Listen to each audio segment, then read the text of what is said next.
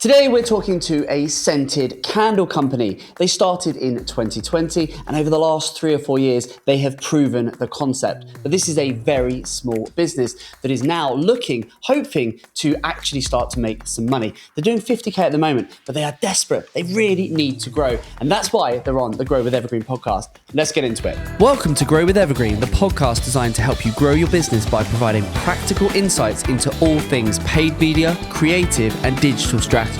Every episode, we help home, garden, and lifestyle brands with their growth challenges by delving into their business, dissecting what they're doing, and defining a digital growth strategy they can take and deploy into their business. Let's get into it. Right, welcome back, beautiful people. I hope you're all doing well.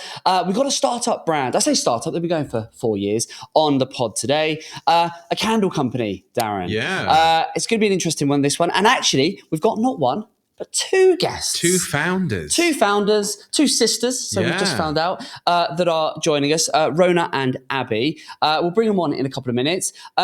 Talking candles. Great House Farm Stores. There you go. That's the brand.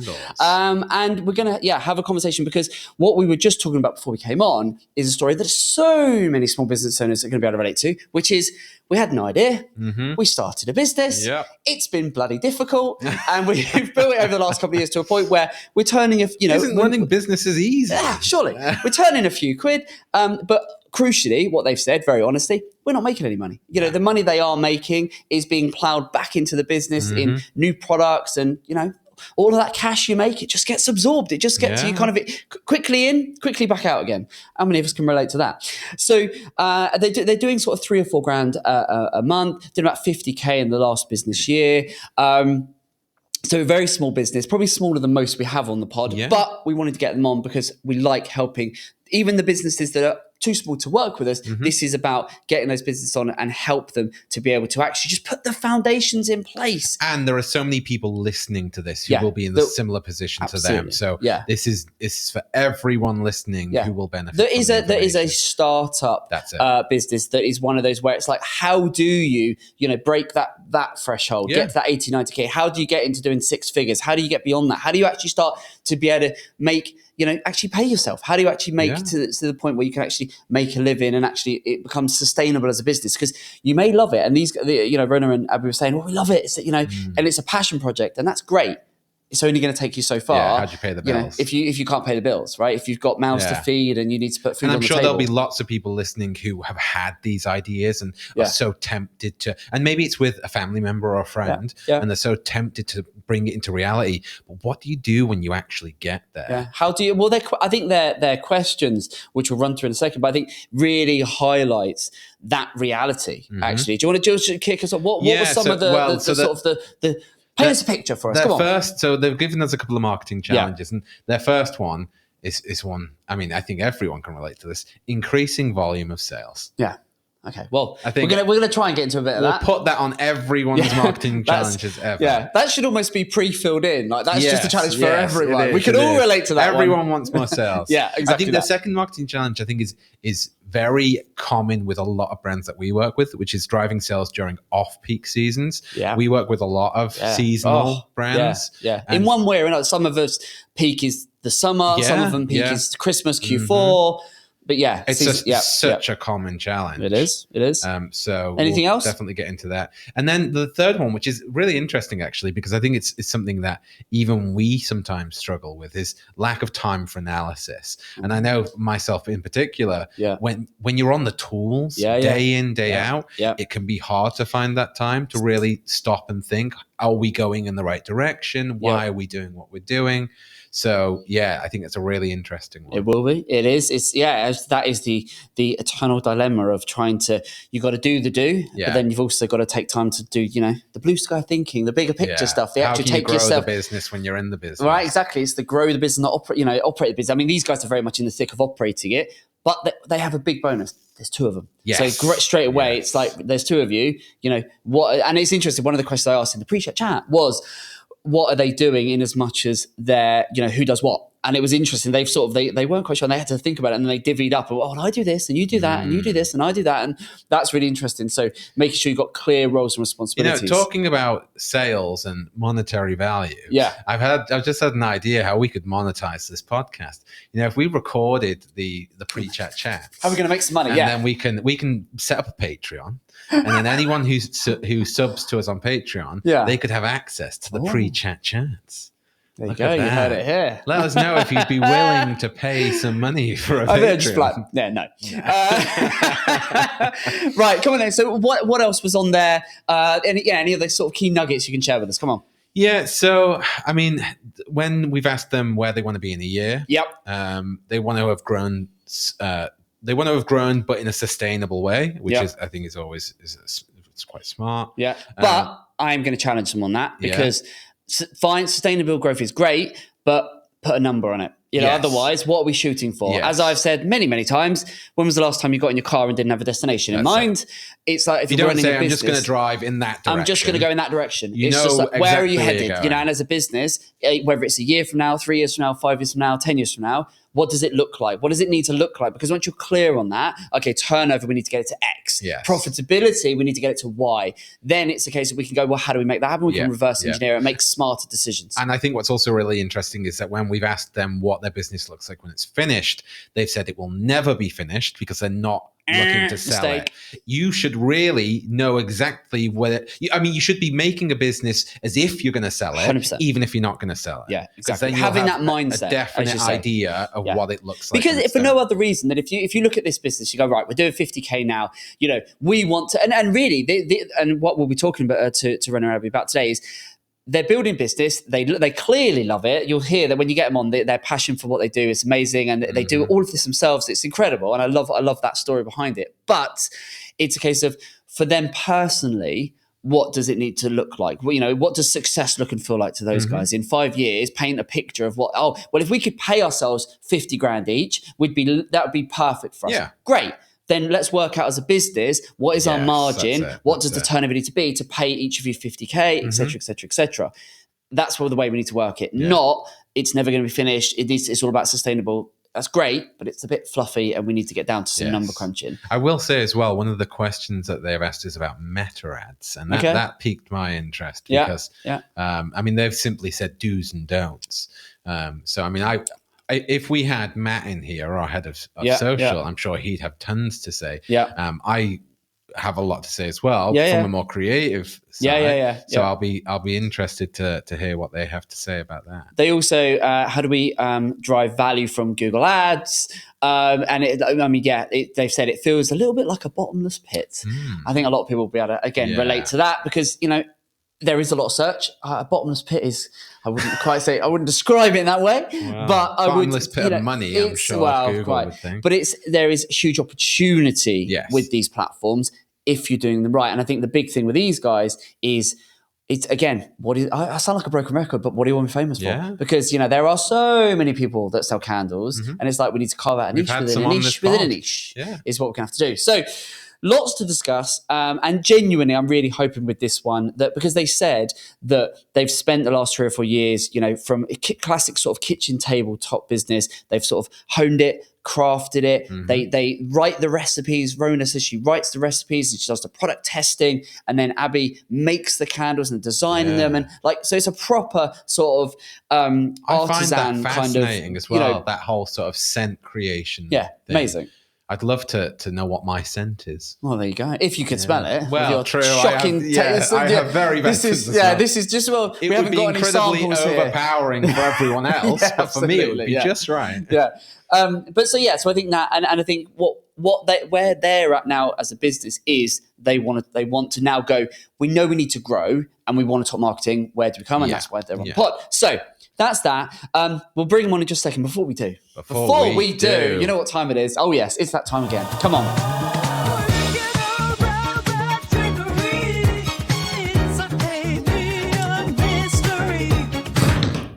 Come on then, hit me with it. So in recent times on this podcast, I'm going to do a bit of a throwback here, actually. Okay. We had a man on this podcast called Roger. We did. Roger the Castle Man. The Castle Man. We did. Hello, Roger, if you're listening in. And it was great because it gave me a chance to really specify the questionings for this paid media mystery.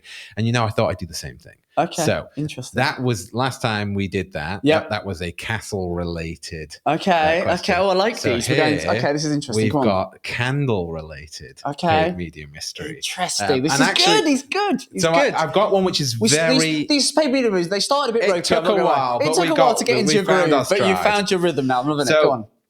First one is very paid media-esque. I do have a second one, which is you got two? Okay. only because it wasn't quite as sort of data-driven as I'd have liked. Okay. But I just quite liked it as a question, so I'm going to throw it in there afterwards. So the first one is, what is the average return on spend, ROAS, for candle brands? Oh. This is on Meta and Google Ads. Oh, okay. Is it okay? Can you give me any more on that or not? The average ROAS on a candle brand.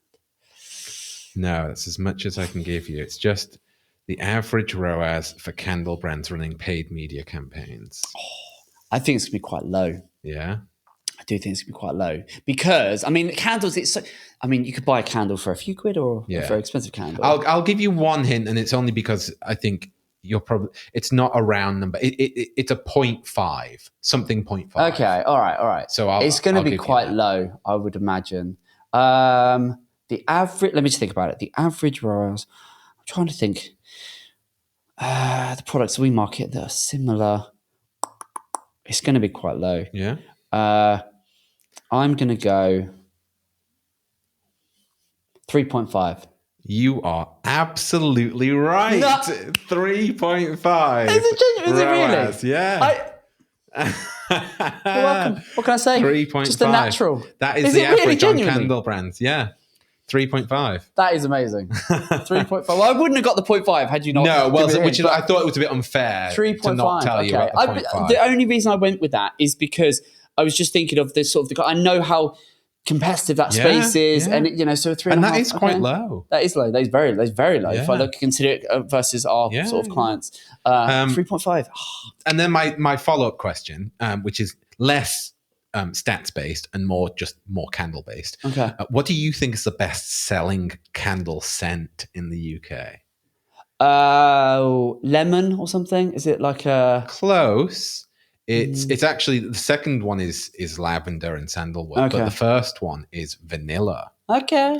Yeah. Ooh, it's a bit like ice cream. That's the most popular again, and it's a bit weird. It's the most, I would say, quite a common one.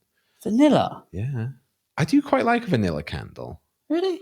I don't really do. Harriet and I don't really do sort of scented candles. Do you not? No, we've got them. We've got one of our clients who's got Valente stuff in the office, which smells lovely. It does. But at home, we don't really. Yeah, I don't know. We don't really do. We've got loads, we just never use them. Oh, right. I don't know. Oh. Maybe we should. Well, maybe we can change that today. Well, there you go. With our guest. There you go. Right. Okay. Amazing. Well, I am delighted. That's genuinely made my day. That right? I never get them right, so I'll take that one. That was good though. Well done. That was very good. Right. Let's bring Rona and Abby on and see if we can grow this business. Come on, let's do it. Here we go. Rona, Abby, are you there? Hi. There we are. Fantastic. This is a real treat. We've got two lovely guests on today. Thanks so much for joining us on the Grow with Evergreen podcast. Delighted to have you. We sort of gave a little bit of a synopsis there in terms of the business and where you guys are at. If you wouldn't mind, over to you. Don't mind whoever takes the lead. Do you want to just give us a 30 seconds? Who are you both? What do you do? And what's the business? Over to you. Abby, you're the older sister. You can take it.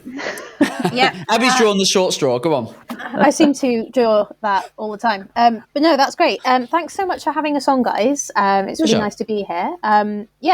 So we are together Great House Farm Stores. Rona and I are sisters, co-founders. We make refillable scented candles right here on our little farm, and we were inspired by our move to the countryside. We kind of fell in love with seasonal living and the power of scent to impact the way you feel and your day and the atmosphere you live in. and that's why we make candles. Look at that. I love that. Whereabouts in the country are you now? Where is this farm where you make all these wonderful products? It's in the beautiful land of Monmouthshire in Wales. Oh, wow. Okay. Whereabouts in Wales is that? Is that the northern part, southern part? I have no idea. I don't know my geography of Wales at all. But we've got a couple of clients over that neck of the woods. Is where, sorry? South Wales, right on the border. Okay, you've been down that neck of the woods once or twice. Yeah. Okay. Especially for some of our clients. Yeah, exactly that. Okay, amazing. Right, so you started this business 5 years ago? 4 years ago. Yeah. And so you've been organically growing, just sort of bit by bit, testing, building out the products. How many products do you have now? Different products. We should probably know that, shouldn't we? So many. Yeah. We have, I think, 40-something SKUs. Wow. Okay, that's a lot more than I was thinking. Why so many? What's the reason? Is that just different scents? What's the reason? Or different sizes? What's the reason for having so many? In fact, it's more than that because we do gift sets and bundles. Yeah. It's lots of scents, and they come in different formats. So we have candles as well as tea lights, as well as the refills themselves. How many different scents do you have? Oh, Rona, do you know that one? I don't know off the top of my head. Around about 20. Okay, wow. And do you have a clear winner or a couple of winners in terms of like your best sellers, the ones that are sort of, is it vanilla? That's the key thing. Is it vanilla? What are your best sort of, what are the standout ones, the champion products? There is some vanilla in one of our best sellers called Home, but it's not the predominant scent note, and it's a very complex blend. But yeah, there's a candle called Home, which is inspired by the scents of here at our home on our little Welsh farmstead. That is one of our best sellers. But Heal is another bestseller, which is full of the most healing plant oils you can find in nature. And the other one I think is Celebrate, which is like, imagine the scent version of getting a glorious bouquet of flowers. It's kind of that in candle form. Wow. So those are our best sellers. And we also sell a lot of our Discovery tea light pack, which is like a selection of, lots of our different scents. Okay. So if you were to look at all of your products, or your product sales, sorry. So if you were to look at, say, in the last year, all of the sales that you've made, is there a clear winner in terms maybe a certain type of product? Maybe it's we sell by far and away more gift sets, or maybe it's a certain scent or a certain type of size of the product or a certain way, however it is. Are there any clear standout winners when you look at your inventory of products that you're selling? Yeah, that's a good question. It actually really varies throughout the year because it's so seasonal. Gift sets really take off at Christmas time. Sure. So that really changes then. So now gift sets aren't selling. Individual candles are selling. Yeah. And also the types of products also change throughout the year. So we also sell match pots, and they are really giftable. So they also take off at Christmas. Okay. Whereas throughout the rest of the year, things like the tea light packs and the individual candles are really, really popular because it's more people shopping for themselves. Sure. But proportionally, if you were to look at all of the year's data and you were to aggregate it all together and you were to attribute a monetary value to, say, the gift sets and the tea light packs and the this and that and the other, where would you stack up the most value proportionally across the year? Because I want to take out seasonality. So I want to look at a whole, say, 12-month period. Do you know roughly? I just want to get a sense of, if we did 50K, I want to sort of go 20 of that was in gift sets, 10 of it was in this, 5 of it was in this. Do you know that sort of roughly or not? Not off the top of our heads, I don't think, unless you've got a gauge, Abby. No, we have the numbers, but I haven't cut it like that, actually. Okay. So I think the reason I'm asking that is I think one of the key, I'll just get straight into the marketing challenges because I really just want to arm you in the next sort of half hour. I really want to just arm you with some practical stuff that you can just take and go and look at, research, and then implement and do. Because I think, for a business that's where you guys are right now, the absolute key driver is going to be to just increase those sales and, to start to increase the sales so we can start to pay ourselves, so that we can start to reinvest back in the business, and everything starts to get a little bit easier the bigger you get. And I think one of the best ways to do that is to identify the successful, not the new. So really just think about and look, and the best way to do that is to look at what's working. So look, over your shoulder, what have you done? Where are you making the best sellers? And sometimes, exactly as you said, you just don't take the time to do that. And so you end up creating new products and you're focusing here and you're focusing there. But actually, are we focusing our effort on what is working, the most successful stuff? Because if you focus your effort on the successful and not so much on the new, funny thing happens. You tend to get more profitable. You tend to grow a little bit quicker. So I think that's a good exercise. If this was my business, that is absolutely what I'd do, is I would go back and I would look at and go, right, the last couple of years, this is what the revenue's done. This is how we've grown. And how much of that revenue can I apportion to different products? How much of that revenue can I apportion to maybe different scents? And then also, how much of that revenue can I apportion across the year? So if you look at the last couple of years, in Q1, based on the calendar year, typically we do X revenue. In Q2, this is what we do. In Q3, this is what we do. Oh, and then in Q4, because it's gift season, that massively ramps up and we do 2-3 times what we do in the previous quarters in Q4 because it's gifting. Just knowing that and modeling it, you'll identify the gold within there. You'll go, oh, Q4 is absolutely key, and we sell masses of gift sets, and they account for 40% of our total revenue across the year. And knowing that is going to enable you to make better decisions. So that's good. Yeah, that's something to do straight off the bat. That you could is this a Shopify website? It is, yeah. Yeah, and for anyone that wants to check it out, you can go to greathousefarmstores.co.uk, and there's all the products in there. You've got a shop on there, so you can buy it. So yeah, that data that I've just described, very easy for you to pull out of Shopify. You can just pull your product categories, your individual product performance, and then sort of group it into buckets. And then you could overlay when it's sold, and you'll get a good sense of, okay, that 50K, 20 of it came in Q4, only 5 of it came in Q1, or whatever, and go from there. Now, so that's one thing, and I want to give you a few other practical bits and pieces that you can go and sort of implement. But before I do, Darren and I sort of hinted at it at the start. What does success look like for you guys? Because obviously you said on your application about, in a year, want it to be sustainable and it will never be finished, which is fine. But if I challenge you to put numbers on it, do you know, if you had a discussion around, from a personal perspective, what good looks like for you both? Have you had that discussion?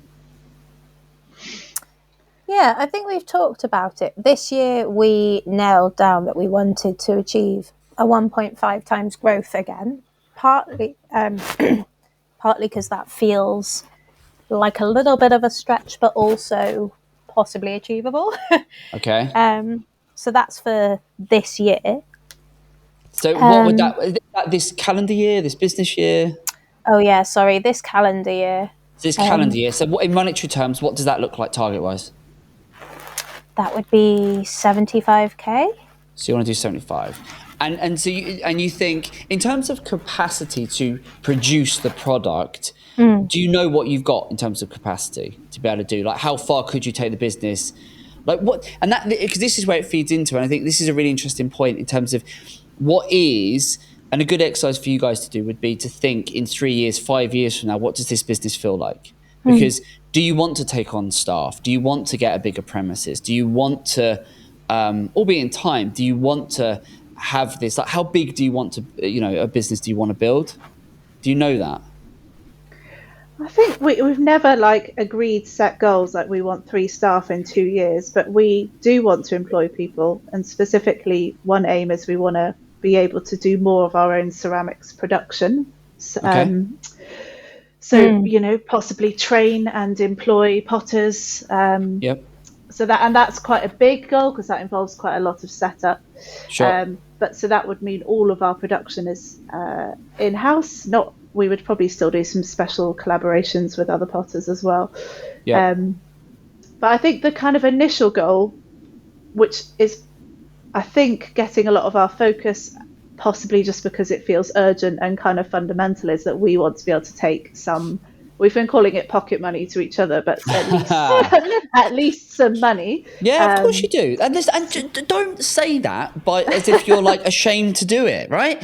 You work hard. So pay yourself. Like we all love what we do. If we love what we do, if one loves what they do, you're very lucky, right? I love what I do. Darren loves what he does. You guys love what you do. We're very lucky. We are in the minority.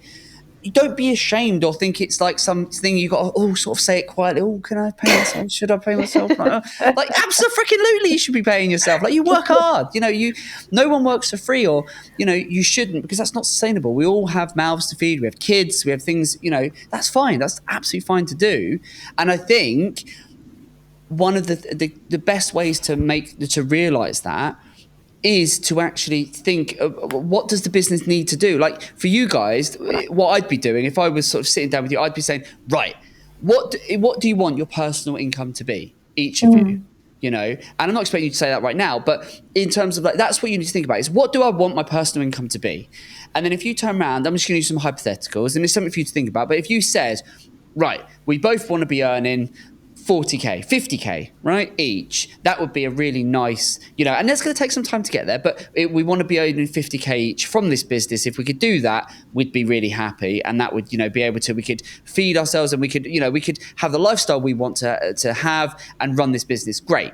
Then what we need to understand is that we'd say, okay, well, we need to earn 100k net after tax. So we need to be straight away thinking like 125, 130, probably best part of 150, after all your expenses and so on. We then need to look at the business and understand our margins and go, okay, well, what's our gross, what's our net, what are our operating costs, what's our, our overheads, etc. We need to jot all of that stuff down, which again, you could do yourselves with your accountant.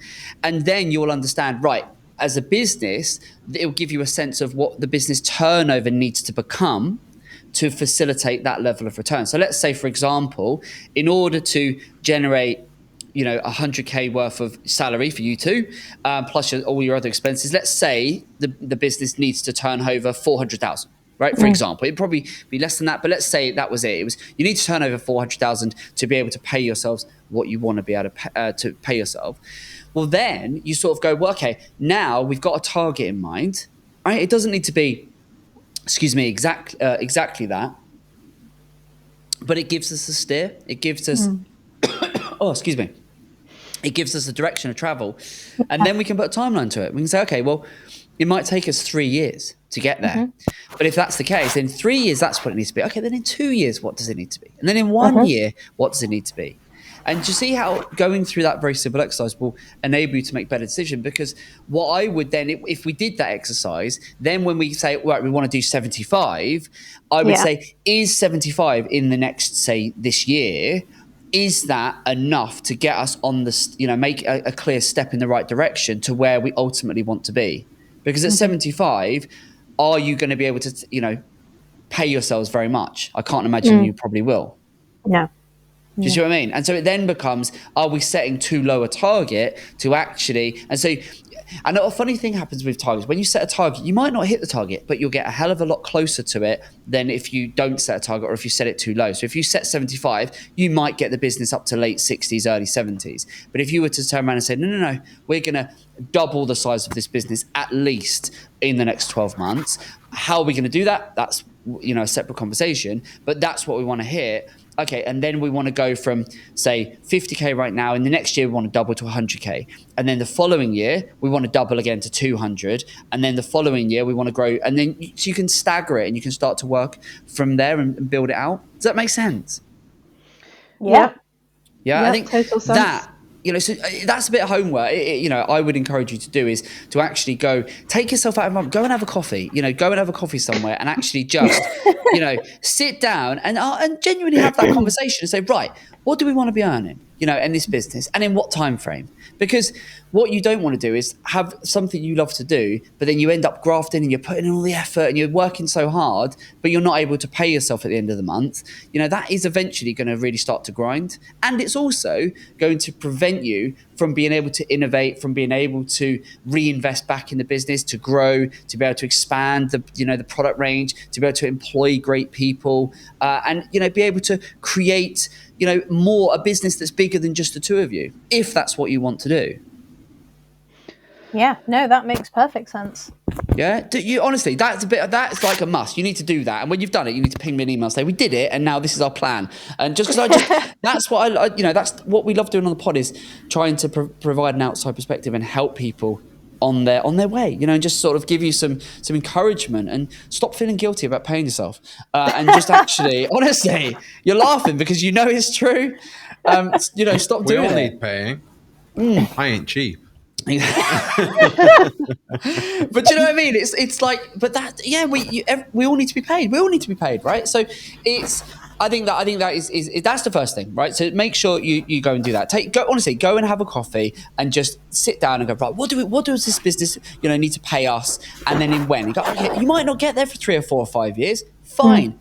At least we know where we're headed, and then we can reverse engineer it and go, what does this business need to become to give us the lifestyle that we want to have? Because that is the purpose of a business, is to give you the lifestyle that you want. And if you go to work every day and you think, I love this, I'm loving my life, great. You'll love it even more if you can pay the bills every month without having to worry about it. And I think that's really a key thing. So that's homework number 1. Now, okay, great. Beyond that, then it becomes, okay, we've got a target, we know where we want to go, how on earth are we going to get there? And that's there when it's the marketing stuff, which is then, this is sort of woven into all of your challenges. One, the increasing volume of sales, the driving sales during off-peak, and all of the Google ads and the Meta ads and so on and so forth. Before we go any further, are you enjoying today's episode? If so, you'll love our other show, Tea Talks. They're short, informal chats where the evergreen experts and I share actionable nuggets on all things paid media, creative, and digital strategy that we use daily when growing our clients' businesses. And best of all, much like this podcast, it's completely free. So if that sounds like something you'd be interested in, see the link in the description. Now, let's get back to it. So in order for me to help you to give you some tips and tricks on what I would do, just explain to me right now, what are you doing with regards to marketing? How are you making your sales right now? So, the large majority comes through our website. How are they finding your website? A few organically, okay. Which to be honest, I'm quite proud of, because I thought it would be none for a while. Sure, a few organically. Our newsletter, I suppose, is that drives a large volume of our sales as well, and we do run a small amount of PPC, and we also have a kind of noticeable enough chunk of referral traffic, which is mostly because we get a fair amount of press attention. Why? What is it you do for that? Why? Because we're brilliant. We make great candles. Well, stupid question, Aaron. But okay, fair enough. Is that coming to you, or are you actually going out and sort of finding that PR, those opportunities, or is it coming to you just organically? A little. Being brutally honest, mostly comes to us. I should be more proactive, but very time poor. Well, take that. If it's working, great. Yeah. So we're making. So you've got a few sources there. So I think, again, this is where it's going to come down to. I'd want to look at the data and understand your best-selling products, the best-selling lines. To basically, the only way to attack this is to go very, very focused and very, very niche and very specific. So, because if you try and be all things to all people, it's impossible. You're never going to cut through. If you go on Google and you start bidding on, give me an idea of what you're bidding on with Google. What sort of stuff are you? Are you running search? Are you running shopping? What are you doing? I think it's shopping as well. I'm not sure. Just search though. Probably, and we're just running one campaign, which is just around keywords connected to refillable candles and candle refills. And I've been dithering over the last couple of weeks over whether we should add a campaign that's more broader towards hold on. So let me go on your website. So refillable scented candles, yeah. Right. Yeah. Okay. So have you got someone running this for you then? Is someone, you're not doing it yourselves, I guess? No, we've got a lovely friend who does it for free for us. Oh my goodness me! Amazing. I know. Yeah, she's a dream. She's an angel. Okay, if that's you're amazing. listening, we love you, Nat. There you go. I love that. Right. So okay. As you say, her name is Nat. Yes. Nat, right, grand. So Nat, well done, Nat. Well done, you. So Nat is running a campaign. So, but we don't know whether it's search or shopping. I'll have to double check. I think it's just search. I think we've talked about doing shopping in the future. Okay, so you should be doing shopping. That is an absolute must, because if you go and Google refillable candles, refillable scented candles, any of the above, any of those sort of things, the first thing you're greeted with all along the top is just it's all shopping. So it's all, you've got the image, you've got the price, you've got the links, and so on. So that is where that section there, those cards along the top are going to get all of the clicks. Yeah. So if you're in the search results, you're not going to get anywhere near as many clicks.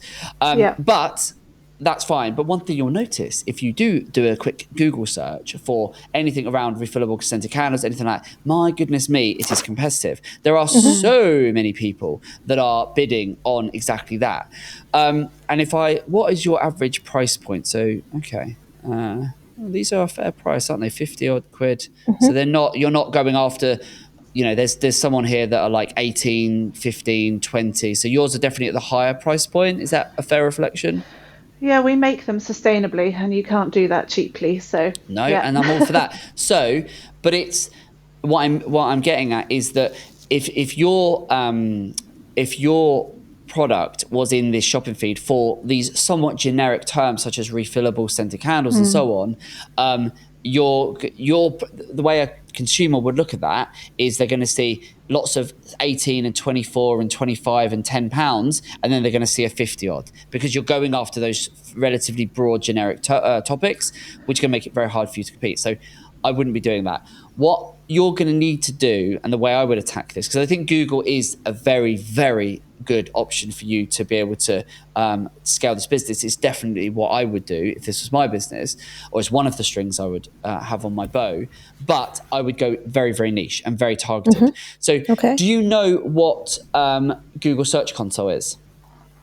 Yes. Yep. Yeah? Are you familiar? As long as there's no follow-up questions. Yes. No further questions, Your Honour. Yes. Don't ask any more questions. Definitely don't ask any more. So Google Search Console is an absolute treasure trove for you guys. And I really want you to go and look into. So what it can tell you many, many things. But the main thing it can tell you, which is going to be super useful for you guys, is it will give you insights into how people search for your products.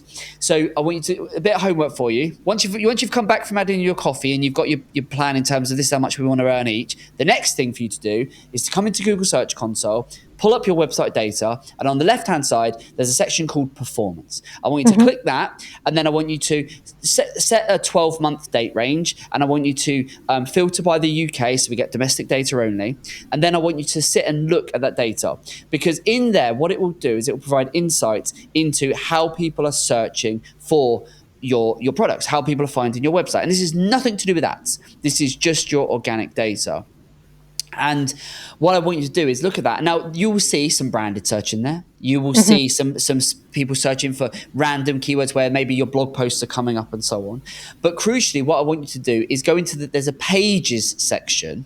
And when you click into that, what it will do is it will show you all of your pages. And you can then order those pages by volume, by impression data. And basically, it will give you, and you can then click into a given page, so a category page, a product page, and you can basically, with a few clicks here and there, you can find the really niche terms for exactly how people search for your products. So, for example, it might be that we identify that there is enough search around people maybe do look for sustainable, refillable scented candles. And that more niche focus might mean we can win. And it might mean that when we look at the cards in the shopping stack, that actually our price point is more in line with the others because they're all sustainable, they're all ethically sourced, ethically made, etc., etc. Does that make sense? Yeah. So you're saying find the niche terms and then use those terms in our PPC.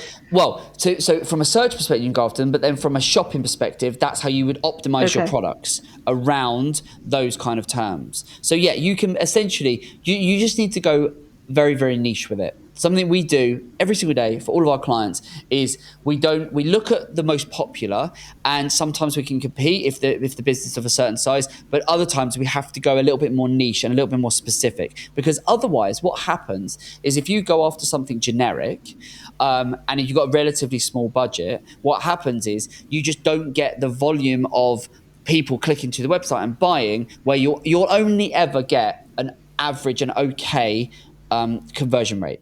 So, for example, what are you spending on your Google Ads at the moment? At the moment, it's £300 a month, roughly. Right. Okay. So that's part of the problem as well. So the biggest thing that I see with if you think £300 a day, £300 a month, that's 300. Yeah. So £300 a month, that's £10 a day, right? £10 a day not going to get you very far. So the only way to even attempt to compete with online, whether it's Google or whatever, is going to be to focus in on the best performing products, and you're going to need to go very, very niche. But for insights into how people search, you need to find the terms in which the nuanced ways, I wouldn't have thought people search like that. And it will be some terms where you go, right, I'm now going to optimize and focus around that way in which that customer is searching, because it's the only way you can compete. Because otherwise, £300, £10 a day, you're not even going to scratch the surface, and you'll only end up getting a handful of clicks a day. Those clicks you'll get, and then what will end up happening, and I'm sure you're probably seeing this in your data, is that you spend £10 a day, you probably have some days where you'll get no sales, then you'll get the odd sale here and the odd sale there from Google Ads, and you'll probably, and this, I haven't seen your data, but you'll probably get just enough sales that you'll keep the lights on, in as much as you'll go, well, you'll have a period of time where you'll get no sales. You go, this Google Ads lark, it's not working. And you'll end up getting to the point where you almost switch it off, and then you'll get a sale, and you go, we've got a sale. It's working. We've cracked it. We're going to keep it going. Does this sound familiar? I think we're slightly more reasonable than that, but yes. What do you mean? What do you mean? In what sense? Well, like that's like a very emotive reaction, isn't it? Like I think we understand I'm that sort of we're being not flippant, investing much. Yeah. No, I'm deliberately being flippant. But what I mean by that is, that's the reality of a lot of businesses. When you've got a small budget and you're spreading that budget across search or social or you're going across different things, what the reality of it is that you end up having periods of time where you'll get no sales, and then you'll get the odd sale here and there, and it will just be enough to keep you going, to keep you keeping the faith, if you like, in as much as, well, we'll keep it going, keep it ticking. But you've got to remember is, as Darren said at the top, one of the most candle companies only get like a 3.5, 4, even if you've got a 5 times return, right, on your ad spend. Which, do you know what return you're getting? So if you spend £300, do you know what that's delivering by return? Oh, not off the top of my head, no. Right, no, I can't remember. So over the months of Christmas, so Q4, we doubled, I think, our investment in, because that just made sense to do that seasonally. Sure. And we were getting a much better return. I can't remember the numbers. Sadly. No, but I think because what it's good, I would definitely go and speak to the young lady that said doing your ads, and I would, what return are you getting? Because if you know that, you're only going to get what you invest. You've got to speculate to accumulate with any sort of marketing, whether it's Google, whatever, anything. And so you've got to be mindful that if you're putting 300, 500 in, if you're, say, getting a 3x or a 4 times return or a 5 times return or whatever, Google Ads is very easy to predict what level of income you're going to make. As long as you've got accurate data, if you can see historically, in Q1 and Q2 and Q3, we make this level of return. If I put 500 in and I'm on average 5xing my return into Google. If I put 500 in, I'm going to get 2.5 out. If I put 1,000 in, I might get slightly diminishing returns, but I'm going to get somewhere between a £4,000 and a £5,000 return. So it's very easy. And this is where, again, you start with the end in mind to go, right, what does this business need to generate by way of revenue for the year, broken down into quarters, broken down into months. Right, what do we need to invest into ads, and then to ensure we get the level of return we need? So it's a lot of this stuff is it's just numbers. It's all just numbers. It's not difficult, but it's taking the time to work out all of the numbers. And you then can make smart decisions that will drive ultimately the top line of the business in terms of the turnover. Because that 300 that you're spending now, how did you arrive at that? Oh, I don't know. I think Nat just said £10 a day is probably the minimum that would make it worthwhile to even go with, because we weren't even sure we were going to spend anything. Like, it's fairly recent that we've started spending with paid search. So I think that was the kind of like tiptoeing in. Yeah, and everyone starts small, and I'm a big advocate of starting small, so long as small is realistically small, not unrealistically small. And again, if you speak to Nats and you say, right, we've been putting in 300 a month for the last however long, what's that delivering by on an average return month by month? They get her to break it down. So she go, right, well, this month you put in 300, you made £1,000. You put in 300, you made 1,500. You put in 300, you made 600. Look at that over a period of time, a number of months, draw an average, and then you go on average, or over the course of the last 6 months, 12 months, we've invested X amount into Google Ads and we've got this amount of return. And then we can look at that and go, okay, so if we increase that, what do we, ultimately, again, it comes back to what do we want the business to be generating by way of revenue? And the way you're going to win then with ads specifically is going to be to go very, very niche, because you're not spending anything like enough to be able to go after lots of different search or lots of different types of products. I would go in, which is why at the very top I asked, is there a clear winner? Is it all about gift sets, or is it all about a certain type of candle or a certain specific scent? It's going to have to go very specific. Okay. Yeah. Okay. So I think there's that.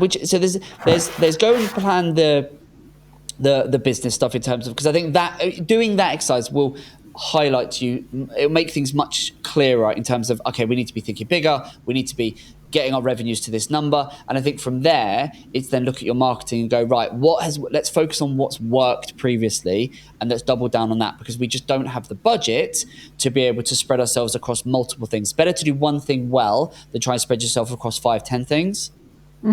Yeah, agreed. And then a couple of other things. I know we're pushing for time, but there's a couple of other things I just want to share with you. And I'm going to send you a couple of things afterwards that I want you to have a read of and have a watch of, because I think it'll really help you on your way.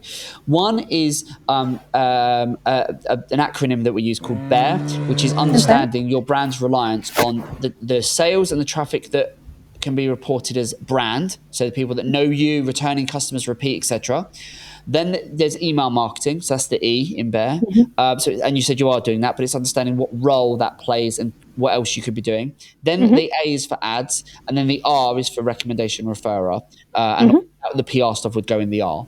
Understanding your brand's reliance on those 4 pillars, again, is another piece of the puzzle that enables you to get an understanding of, okay, if we want to double the size of this business, what are the levers we can pull that's going to drive that growth? Because you can, email is only contributing, 10 grand to our business. If we could increase that and get email generating 20% of our revenue, that suddenly we've added X amount of thousands to our bottom line. Does that make sense? Yeah. So that's what's one thing, but I'll send you some bits and pieces to read up on and swat up on. Amazing. And then Meta, just if I zoom out a little bit and give you a 10,000 foot view of this, I think there are 3 major things you need to do. One, the business plan. What do we want to earn personally, and therefore what does the business need to be turning to give us the lifestyle that we want? Second, Google, great way to get your business in front of your people. Remember, with Google, you're only paying for those clicks when they are actively looking. So if you can go very, very targeted and specific and get in front of the people that are going to value that they are ethical, that they're handmade, that they're sustainable, but the only way to get in front of those people and not be a higher price, a 50 quid product versus a 20 quid product, is to target those people that are specifically looking for that type of candle. There will be an audience for it. It won't be as big, but you'll convert at a better rate if you focus on those folks. That's the second thing. The third and final thing with Meta, you said that you wanted to know the do's and don'ts. I can keep it really simple. For Meta, you should be doing retargeting, but only to the people that have been on your website, that have previously bought for you, or that have subscribed to your email list. So all the people that know you, that you've built and are building know, like, and trust, you should be running Meta ads that showcases your product I would put you guys on the face of it. So this is us. We're sisters. We run this business. This is who we are. And I would be running retargeting ads on Meta. Have you done anything?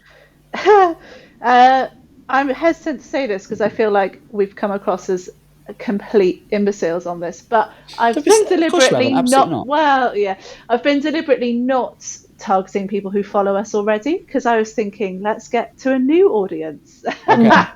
But I see now that you reflect that back to me how that might not be a great choice. The point of the pod is to come on and get a different perspective, right? And that's the point. You can now. I want you to go from this and armed with those things. That's the whole point. That is literally the point of the podcast is for you to get a perspective that maybe you haven't seen before. It makes complete sense what you've just said about targeting new people because the lifeblood of new business is in new customers. So I'm with you 100% that new customers is key. But you don't have the budget. The business is not at the point whereby you have the luxury to go after new people. So what you want to do with Meta to get started, to dip your toe where you're only going to spend maybe £100 a month on Meta or something like that, what you want to do is retarget people, because these are people that if you've paid to get them onto the website, or they've come via the PR stuff that you're getting, or any of the amazing things you're doing as a business, if you've worked hard to get them on the website, then the best thing you can do is retarget them to stay top of mind to those folks by basically, it's like nudge marketing, it's prompt marketing. It's saying, hey, we're still here. Hey, we're running a special event. Hey, we're doing this, we're doing that. It's just a way of staying top of mind with those folks. I'm just going to add something to that as well, actually. I think one of the key things, which is why I think retargeting would work really well with your candles, is that you've said it yourself. You don't make cheap stuff in terms of cheap quality. Yep. You make really good quality stuff. And because of that, they're not the cheapest in terms of price. Sure. So people might think, oh, do I want to spend that much, or do I just want to buy a cheaper one from so-and-so shop? Yeah. So retargeting is a really good way, because there is probably a little bit of consideration time. Yeah, there's absolutely going to be consideration. And you can then, with retargeting, you can have different types of creative. So some of the retargeting creative can be, here's the product, and here it is, and isn't it looking amazing? But then also tell the story. This is how we make the stuff. This is how we source the stuff. This is all ethic. It's all in the UK. It's this. It brings people into it. Makes them feel like you pull people towards you by telling your story. Yeah. And that's really the bit that you can do, because even if you had the best converting website in the world, there's only a finite amount of people that are going to search and buy there and then. What you're going to want to do with Meta, and the beautiful balance that search and social play together, is you use search to get them on your website. Say, this is us, this is who we do, this is what we sell. And then Meta to just say, hey, we're still here. This is what we do. Let me tell you more about us, our story, who we do, why, how we do it, what we do, where we do it. All of that is going to bring people towards you to go, actually, yeah, do you know what? I like these guys. I do want to buy this because I like their story. I like what they're about. And so that combination, and the reason I'm telling you to do it that way around, and don't worry about the prospecting yet, is because that's the way. By focusing, as I've said, you're going to be able to get the most bang for your buck in terms of where you are right now. Then as you grow, absolutely, you layer on prospecting, but you use the seed retargeting audience that Meta's learned and go, okay, I know who's buying this. You use that as the base, the foundation, to essentially say, go and find me more people like these guys that are buying my product. And then it builds up from there. Yeah. Okay. Yeah? Does that make sense? Yeah. Good. Completely. Well, look, we're going to have to leave it there. But if you've got any other questions, I'm genuinely very happy for you to ping me an email, and I will happily sort of point you in direction. I'm going to send you a few little videos and bits and pieces to have a watch of. Thank you so much for being on. Have you found it useful? Has it been useful? Yeah, definitely. Good. There was a bit of hesitation there. No, it was other things as well as useful, but it was definitely useful. Yes. Good. I'm glad. I'm glad you've enjoyed it. Thank you so much for being on. Get yourself into a coffee shop and go do some planning about where you guys want to take the business. All right. Okay. Will do. Thanks so much for being on, guys. We'll speak soon. Yeah. All the best. Take care. Thank you. Take care. Bye. Well, there you go. That was. I knew that one was going to be interesting. I hope they didn't think I was too harsh. But you asked some really important questions. I don't want to sugarcoat. It's kind of the job. It is. That's, it is. That's. And I think it is hard when you are in the business so heavily. Yeah. To really, because I guess there is going to always be a part of you that I mean, that you love doing it. Yeah. So I think, I don't know if this is the case here, but I think sometimes there is almost a hesitancy to want to stop doing that. Yeah.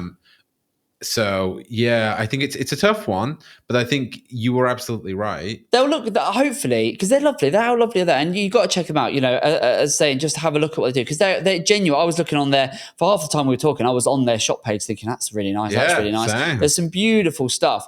So you need to check them out. You know, greathousefarmstores.co.uk. Some really, really beautiful stuff on there. But as I said, you know, they've come on the pod because they want to grow. They need to marketing. And much like I would with any prospect, with any client, it's like we've got to just not sugarcoat it, but actually say, look, if you want to make this business profitable, you need to think what this business is there to serve you, particularly at this size. So it's like, what's the you know, we know why you're doing it in terms of brand, but it needs to ultimately pay you. So what does that need to look like? Yeah. And then it's just focus. And, you know, it is just actually saying, what's the phrase? No, it's gone.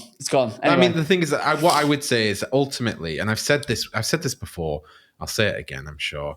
Ultimately, at the end of the day, growing is hard. Really hard. Growing, it takes a lot of pressure. It takes, you can't, and this isn't just with business. This is with everything. Yeah, true. To grow, to achieve that next step, to get that to the next level, you've got to sacrifice something, whether it's for a short term of time or a long term time.